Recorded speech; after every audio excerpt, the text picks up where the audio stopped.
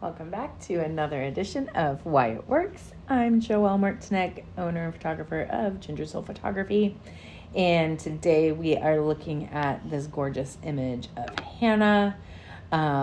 This image has actually won a couple of awards and was runner-up for a couple of awards, so that's fun. Not necessary, but like super fun. So I enjoy that. So what we are looking at today, how I got this image was very similar to last week's. Was I got down on the ground. My purpose was for this one was to isolate Hannah mostly in the sky, right? So if you notice here, like this is the actual horizon line down here. But all of these trees really actually make up that visual horizon, right? So I was just trying to get as much of her body up here in this negative space against the sky as I possibly could, right? So partially so that we can really see this shape. Oh, that's interesting. So that we can see that shape. There we go.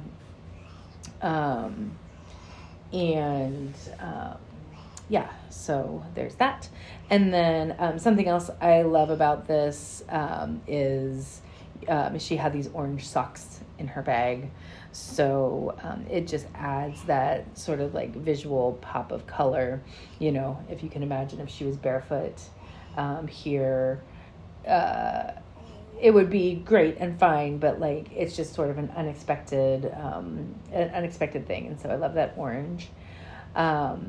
And then obviously because I'm low, I was shooting this on my 24-70, probably around 24. And I was probably really close to her bottom foot there.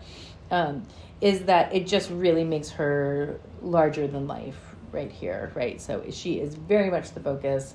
The stuff in the background here we notice, but she's very much the focus. You do have this bit of a leading line, right, where the path that goes back, right, sort of taking your eye as we read the photo from top down, right? You've got this negative space here. You come down and you see Hannah, right? You follow the shape of her, boom, and then you're taken down with those gorgeous orange socks, and then you are taken sort of like back into the woods, I guess, there. So that's that. Hannah's a gorgeous dancer. She's got some beautiful flexibility. We were looking for sort of some different ways to showcase that, right? So we've got her leg bent here instead of sort of like a straight leg. There is that sort of like triangle shape, right? We get that little triangle right there that I love to use for dancers. And then, I said to her, we had taken one shot, and then I was like, I think you actually need to scream. And she kind of looked at me like I had lost my mind. But what I love is that it just creates lots of emotion in her face right there. And it's kind of unexpected, right? Everything else is pretty serene. And then there she is screaming. So I love that unexpectedness, right? And I'm just going to point this out, right? So it's very obviously an overcast day. Lots of people freak out if they have a session booked and the sky is a little bit overcast, but it is absolutely beautiful light to shoot in. It creates like really diffused light. It's kind of like a big soft box.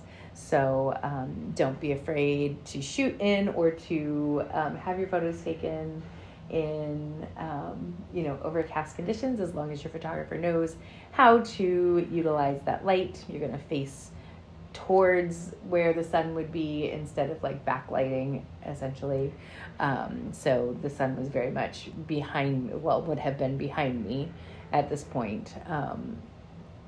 So technically it's a front lit image.